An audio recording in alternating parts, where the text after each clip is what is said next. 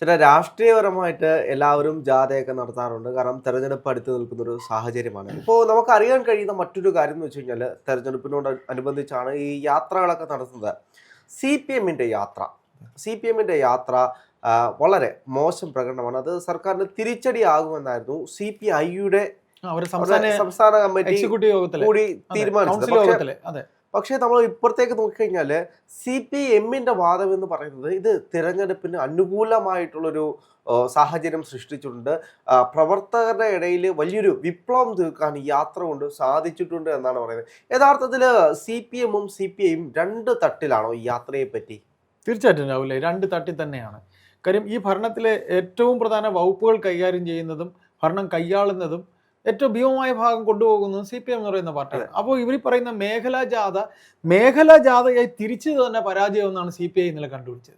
CPIയുടെ നിഗമനം അങ്ങനെയാണ്. കാര്യം നേതാക്കളെ കീറി മുറിച്ച് ഓരോ സ്ഥലത്ത് ആക്കിയപ്പോൾ കാണാൻ ആൾക്കാരില്ല. നേതാക്കളെല്ലാം കൂടെ ഒരു വേദിയിൽ എല്ലായിടത്തും വന്നു പോയിരുന്നെങ്കിൽ കാണാൻ ആൾ വന്നേനെ.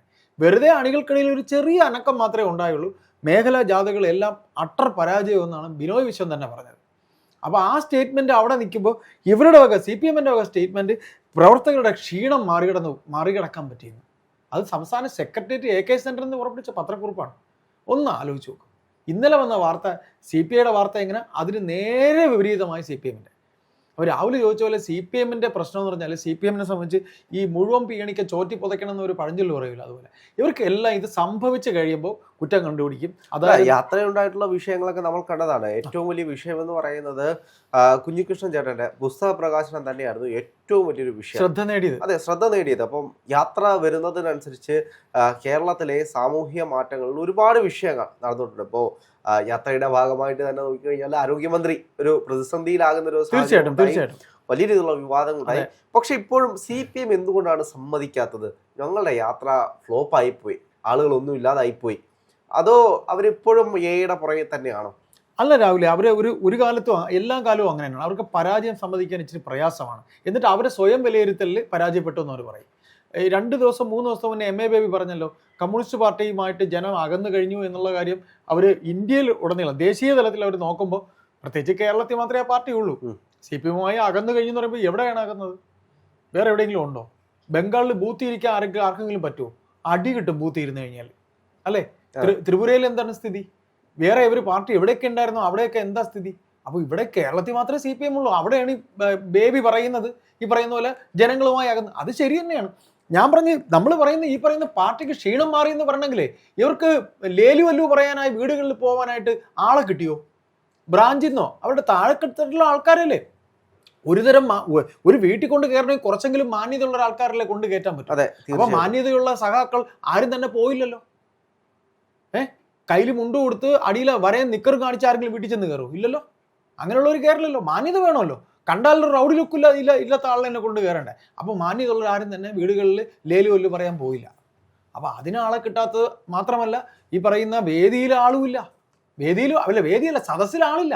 അല്ല, സദസ്സിൽ ആളെ കൊണ്ടുവരാൻ വേണ്ടിയിട്ട് CPMന് കഴിയാതെ പോയത് CPMന്റെ ഒരു പരാജയമാണ്. തീർത്തും. കാര്യം അവരെ പോലെ ഒരു ഇത്രയും സംഘടനാ പാഠവുമുള്ള ഒരു പാർട്ടി എല്ലാ ബ്രാഞ്ച് തലത്തിലും അറിയിക്കുവര് ഇങ്ങനെ പരിപാടിയുണ്ട്, ആള് വരണം. ഒരു ബ്രാഞ്ചിൽ നിന്ന് എത്ര അംഗങ്ങളുണ്ട്, വരാത്തവൻ കാരണം കാണിക്കേണ്ടി വരും. അവിടെയാണ് ആളില്ലാത്തത്. ഒന്ന് ആലോചിക്കുക. അപ്പോൾ ഇവർ സമ്മതിക്കത്തില്ല. ഇവർ പറയുന്നത് ഇവർ തദ്ദേശത്തെ പറ്റിയതിൻ്റെ ക്ഷീണം ഇവർ മറികടന്നല്ലേ? ഇത് ആരെ കൂടെയാണ് പറയുന്നത്? ആരെ ബോധിപ്പിക്കാനാണ്? അപ്പോൾ CPIയും CPMും തമ്മിൽ ഇടതു മുന്നണിയിൽ ആശയപരമായി രണ്ട് പക്ഷത്താണ് എന്നുള്ളത് തന്നെയാണ് സത്യം. അപ്പോൾ പലരും ചോദിക്കും, എന്തിനു പിന്നെ CPI കടിച്ചു തൂങ്ങി കിടക്കണേ? ഇത് പാർട്ടി കുടുംബങ്ങളൊക്കെ കൈവിട്ട് തുടങ്ങിയതിൻ്റെ ഒരു സൂചന തന്നെ. തീർച്ചയായിട്ടും പാർട്ടി കുടുംബമൊന്നല്ല, അത് രാഹുലിനൊക്കെ തന്നെ ബോധ്യമാവും. ഒരു പാർട്ടി കുടുംബം എന്ന് പറഞ്ഞാൽ നമ്മളെ നാട്ടിലൊക്കെ തന്നെ പാർട്ടി കുടുംബം ഉണ്ടാവും. അവിടെ തന്നെ വോട്ട് സ്പ്ലിറ്റാണ്. അവിടെയൊക്കെ എത്ര 7 വോട്ടുണ്ടെങ്കിൽ ചിലപ്പോൾ ഒരു ഓട്ടോ 2 ഓട്ടോ ഈ പാർട്ടിക്ക് കിട്ടും. എനിക്ക് തോന്നുന്നു PM ശ്രീ പദ്ധതി രൂപീകരിച്ചതിന് ശേഷം CPMും CPIയും രണ്ട് തട്ടിലാണ് മുന്നോട്ട് പോയിക്കൊണ്ടിരിക്കുന്നത്. ഇപ്പോൾ ഇനി വരാൻ പോകുന്ന തെരഞ്ഞെടുപ്പിലും ഇപ്പോഴത്തെ അവരുടെ രണ്ടുപേരുടെയും സ്റ്റേറ്റ്മെന്റുകൾ പലപ്പോഴും നോക്കിക്കഴിഞ്ഞാൽ രണ്ടുപേരും രണ്ട് തട്ടിൽ തന്നെയാണ് ഇപ്പോഴും നിൽക്കുന്നത്. ഇത് തെരഞ്ഞെടുപ്പിലും ഇത് ബാധിക്കുകയില്ലേ? കാരണം തെരഞ്ഞെടുപ്പിൽ CPMന് കാല് വരാനുള്ള സാഹചര്യങ്ങളുണ്ടോ? എനിക്ക് തോന്നുന്നു ബിനോയ് വിശ്വം കഴിഞ്ഞ ഒരു ഇന്റർവ്യൂവിൽ പറയുന്നത് ഞാൻ കേട്ടെന്ന് തോന്നുന്നു, അടുത്ത മുഖ്യമന്ത്രി CPIയിൽ നിന്നും വന്നാൽ എന്താണ് കുഴപ്പമെന്ന് ചോദിച്ചുകൊണ്ടൊരു സ്റ്റേറ്റ്മെന്റ് കണ്ടിരുന്നു. അപ്പോൾ CPIയും ഒരു മുഖ്യമന്ത്രി, CPMനെ സംബന്ധിച്ച് നമുക്കറിയാം മുഖ്യമന്ത്രി പിണറായി വിജയന് ശേഷം ആരാണ് മുഖ്യമന്ത്രി എന്ന് ചോദിച്ചു കഴിഞ്ഞാൽ എടുത്തു കാണിക്കത്തക്ക ഒരു മുഖമില്ല. ഇപ്പൊ ഇല്ല അവർക്ക് ഇല്ല. അങ്ങനെയുള്ള സാഹചര്യത്തിൽ CPIയെ സംബന്ധിച്ചാണെങ്കിൽ ബിനോയ് വിശ്വത്തെ പോലൊരു മുഖമുണ്ട്. അപ്പോൾ ബിനോയ് വിശ്വത്തെ മുഖ്യമന്ത്രി ആക്കാൻ വേണ്ടിയിട്ട് CPMനെ ചതിക്കാനുള്ള വഴികൾ ഉണ്ടാകുമോ? ഇല്ല, CPI സംബന്ധിച്ച് CPIക്ക് കുറച്ചുകൂടെ ആദർശം CPMനേക്കാളും ഈ അവസരത്തിൽ ഉണ്ട് എന്ന് തന്നെ പറയാം. അവർ ഈ പറയുന്നത് അവർ ഇതിനകത്തു നിന്നുകൊണ്ട് പോരാടുന്ന ഒരു സ്റ്റൈലാണ് കാണിക്കുന്നത്. ഇപ്പോൾ പൊതുജനം ചോദിക്കും, നിങ്ങൾ എന്തിനിങ്ങനെ കടിച്ചു തൂങ്ങി കിടക്കുന്നു? നമ്മൾ കണ്ടതാണ് കാനം ഇവിടെ CPIയുടെ സംസ്ഥാന സെക്രട്ടറിയായിട്ട് വന്ന ആദ്യ നാളുകളിൽ കാനം വളരെ നല്ല രീതിയിൽ ഇടിച്ചു നിന്ന ഒരു സെക്രട്ടറി ആയിരുന്നു. അതിനു മുമ്പ് നമ്മൾ കണ്ട ചന്ദ്രപ്പനെയായിരുന്നു, പിന്നെ അതിനു മുമ്പ് കണ്ടത് വെളിയം ഭാർഗവനായിരുന്നു. ഇവരെല്ലാം തന്നെ നന്നായിട്ട് CPMനോടൊപ്പം ആശയപരമായിട്ട് ഇടിച്ചു. കാര്യം ഇവർക്ക് ഇപ്പോഴും ഇതിനകത്ത് നിന്നുകൊണ്ടൊരു ശുദ്ധി കലശമാണ് അവർ ഉദ്ദേശിക്കുന്നത്. ജനം ചോദിക്കുന്നത് എന്തിന് കടിച്ചു തൂങ്ങുന്നു, പക്ഷെ അത് നടക്കില്ല.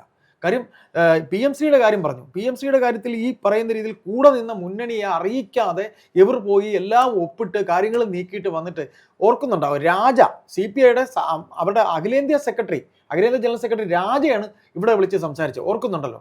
അവരുടെ പിന്നെ രാജയാണ് പറയുന്നത് നമുക്കത് വേണ്ട, തീരുമാനം വേണ്ട എന്ന് രാജ പറയാതെ പറയുകയാണ്. ബേബി പറയാതെ പറയുകയാണ്, MA ബേബി. അപ്പോൾ ഇവിടെ പാർട്ടി ജനറൽ സെക്രട്ടറിക്ക് ഒരു വിലയില്ല, ദേശീയ ജനറൽ സെക്രട്ടറിക്ക് ഒരു വിലയില്ല. CPMന്റെ അത് ഓർക്കുന്നുണ്ടല്ലോ ആ വിഷയങ്ങളൊക്കെ. എന്നിട്ട് ആലപ്പുഴ ഗസ്റ്റ് ഹൗസിൽ മുഖ്യമന്ത്രിയെ കാണാൻ ഈ മന്ത്രിമാർ പോയ രംഗമൊക്കെ അവിടെ മുതൽ CPM. കാര്യം ശിവൻകുട്ടി പറഞ്ഞു കണ്ടില്ലേ, ഞാൻ അനിലിന്റെ ഓഫീസിൽ GRNൽ അവർ ഒരുമിച്ച് കോളേജ് വിദ്യാഭ്യാസ കാലം. കാര്യം അനിൽ നെടുമങ്ങാടെന്ന് ചോദിച്ചാലാണെങ്കിൽ അദ്ദേഹം നിയമത്തുകാരനാണ്, ഈ ശിവൻകുട്ടി ഉള്ളൂരിൽ നിന്നുള്ള ഒരാളാണ്. അപ്പോൾ ഇവർക്ക് തിരുവനന്തപുരത്ത് തന്നെ ഉള്ളവരാണ്, SFIയും AISFും വിട്ടു നടന്നവരാണ്. അപ്പോൾ അവിടെ ഞാൻ ചെന്നപ്പോൾ ഏതോ ഒരാൾ വന്നിട്ട് പോയതുപോലെയാണ് പെരുമാറിയെന്ന് ശിവൻകുട്ടി സങ്കടം പറഞ്ഞ ഓർമ്മയുണ്ടല്ലോ. അപ്പോൾ ഇവർ ആശയപരമായിട്ട് അകന്നു കഴിഞ്ഞു എന്നുള്ളത് നമ്മൾ അന്നേ തീരുമാനിച്ചതാണ്. എന്ന് വെച്ചാൽ CPMന് എപ്പോഴും CPI അവരെക്കാളും ചെറുതാണ് എന്നൊരു മനോഭാവമുണ്ട്. പിന്നെ ഇവരെ കളിയാക്കി പറയുമായിരുന്നു, പണ്ട് ഞങ്ങളെ നാട്ടിൻപുറത്തൊക്കെ പറയുമായിരുന്നു CPI എന്ന് പറഞ്ഞാൽ മറിച്ചിട്ട കോൺഗ്രസ് ആണ് എന്ന്, അങ്ങനെ പറയുമായിരുന്നു. പക്ഷേ കാലങ്ങൾ ഇങ്ങോട്ട് പോകുന്തോറും ഏറ്റവും കൂടുതൽ CPMനേക്കാളും കഴിഞ്ഞ 20 വർഷത്തിൽ കൂടുതൽ ഏറ്റവും കൂടുതൽ നല്ല ആദർശം കാത്തു സൂക്ഷിക്കുന്ന നേതാക്കൾ CPIയിലാണ്. ഇപ്പോൾ പറവൂരിൻ്റെ കാര്യം എടുത്താൽ CPIയിൽ നിന്ന് കുറേ പേര് CPMൽ പോയി, CPMൽ നിന്ന് കുറേ പേര് CPIയിലും പോയിട്ടുണ്ട്. അങ്ങനെ വാർത്തയുണ്ട് പറവൂര്. നമ്മൾ പെട്ടെന്ന് VD സതീശന്റെ മണ്ഡലം. ഇതിനകത്ത് മറ്റൊരു വിഷയം എന്ന് വെച്ച് കഴിഞ്ഞാൽ BJPയുമായിട്ട് സെറ്റിൽമെന്റ് CPM പല സ്ഥലങ്ങളും ചെയ്തിട്ടുണ്ട് എന്നുള്ള വാർത്തകൾ ഇപ്പോൾ കഴിഞ്ഞ ദിവസങ്ങളായിട്ട് വന്നുകൊണ്ടിരിക്കുകയാണ്. ഇപ്പോൾ പഴയൊരു സഖാവായിട്ടുള്ള അപ്പുക്കുട്ടൻ എന്ന് പറയുന്ന സഖാവ്, എനിക്ക് തോന്നുന്നു EMSന്റെ ഒരു പുസ്തകമൊക്കെ എഴുതിയിട്ടുണ്ട്, വള്ളിക്കുന്ന അദ്ദേഹം എഴുതിയ പുസ്തകം. അദ്ദേഹം പറയുന്നൊരു കാര്യമുണ്ട്, BJP നേതാക്കന്മാരെ എല്ലാം ഒഴിവാക്കി RSSന്റെ നേതാക്കന്മാരുമായിട്ട് CPM കൃത്യമായിട്ട് കൂടിക്കാഴ്ച നടത്തി. ആ കൂടിക്കാഴ്ചയിൽ കൃത്യമായിട്ടുള്ള സെറ്റിൽമെന്റുകൾ ഓരോ സ്ഥലങ്ങളിലും ചെയ്തിട്ടുണ്ട് എന്നാണ് അദ്ദേഹം പറയുന്നത്. അദ്ദേഹം ഒരു കമ്മ്യൂണിസ്റ്റ് കാര്യമുണ്ട്. അതെ, കമ്മ്യൂണിസ്റ്റ് വിപ്ലവകാരിയായിട്ടുള്ള ഒരാളാണ്, എഴുത്തുകാരനാണ്. എനിക്കൊന്ന് ദേശാഭിമാനി അസോസിയേറ്റ് എഡിറ്റർ ആയിരുന്നു.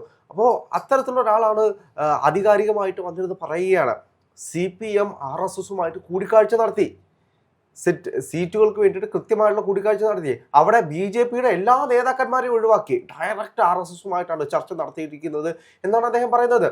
അപ്പോൾ ഇത്തരത്തിലുള്ള വിഷയങ്ങൾ നമ്മുടെ മുന്നിൽ തന്നെ നിൽക്കുന്നുണ്ട്. വരാൻ പോകുന്ന തെരഞ്ഞെടുപ്പിൽ BJPയുമായി ചേർന്ന് നിന്നുകൊണ്ട് CPM മുന്നോട്ട് പോകാനുള്ള സാധ്യതകൾ നമുക്കൊരിക്കലും തള്ളിക്കളയാനാവില്ല. അവിടെയാണ് CPM CPI അന്തർധാര അല്ലെങ്കിൽ ആശയപരമായിട്ടുള്ള അകലങ്ങൾ അത് വലിയൊരു വിഷയമായിട്ട് നിലനിൽക്കുന്നത്. എന്താണെങ്കിലും തെരഞ്ഞെടുപ്പിൽ ഇത് കൃത്യമായിട്ട് ബാധിക്കുമെന്നൊരു യാഥാർത്ഥ്യമാണ്. തീർച്ചയായും അത് പറഞ്ഞത് കറക്റ്റാണ്. അപ്പുകൂട്ടം വിളിക്കുന്നു എന്ന് പറയുന്ന എഴുത്തുകാരൻ, അദ്ദേഹം അറിയാമല്ലോ, അദ്ദേഹം ഈ പറയുന്ന പോലെ ദേശാഭിമാനി അസോസിയേറ്റ് എഡിറ്റർ ആയിരുന്ന ആളാണ്. അപ്പം അപ്പുകൂട്ടം വിളിക്കുന്നു പറയാം, ആ അപ്പുകൂട്ടം വിളിക്കുന്നത് തന്നെയാണ് പറഞ്ഞത് ഈ ഭരണത്തിൽ ഏറ്റവും കൂടുതൽ ഉണ്ടാകുന്ന ആന്റി ഇൻകംബൻസിയേക്കാൾ പിണറായി വിരോധമാണ് ഉണ്ടാകാൻ പോകുന്നത്. പിന്നെ ഈ ബാന്ധവം BJPയെ സംബന്ധിച്ച് അവർക്ക് കോൺഗ്രസ് മുക്തമാണ് അവരുടെ മനസ്സിലുള്ളത്. CPMനെ സംബന്ധിച്ച് അല്ലെങ്കിൽ പിണറായി വിജയൻ എന്ന നേതാവിനെ സംബന്ധിച്ച് ഒരിക്കൽ കൂടെ അധികാരമില്ലെങ്കിൽ മകൻ അകത്താകും, മകൾ അകത്താകും, അദ്ദേഹവും അകത്താകും. അധികാരമില്ലാത്ത പിണറായിയെ മോദിക്ക് എങ്ങനെ രക്ഷിക്കാൻ കഴിയും? അപ്പോൾ അതുകൊണ്ട് അദ്ദേഹത്തിൻ്റെ കൂടെ ആവശ്യമാണ്, CPMന്റെ ആവശ്യമാണ്. CPMന്റെ തല അകത്ത് പോയാൽ പിന്നെ ബാക്കി വാലിന് എന്ത് ചെയ്യാൻ പറ്റും? ഒന്നും ചെയ്യാൻ പറ്റില്ല. ആ ബാന്ധവം അപ്പുകൂട്ടം വിളിക്കുന്നു എന്ന് പറയുന്ന ദേശാഭിമാനിയുടെ അസോസിയേറ്റർ പറഞ്ഞു എന്നുണ്ടെങ്കിൽ അത് കറക്റ്റ് തന്നെയാണ്. അദ്ദേഹത്തിൻ്റെ നിഗമനങ്ങളൊക്കെ തന്നെ ഇതുവരെ ശരിയായിട്ടേ ഉള്ളൂ.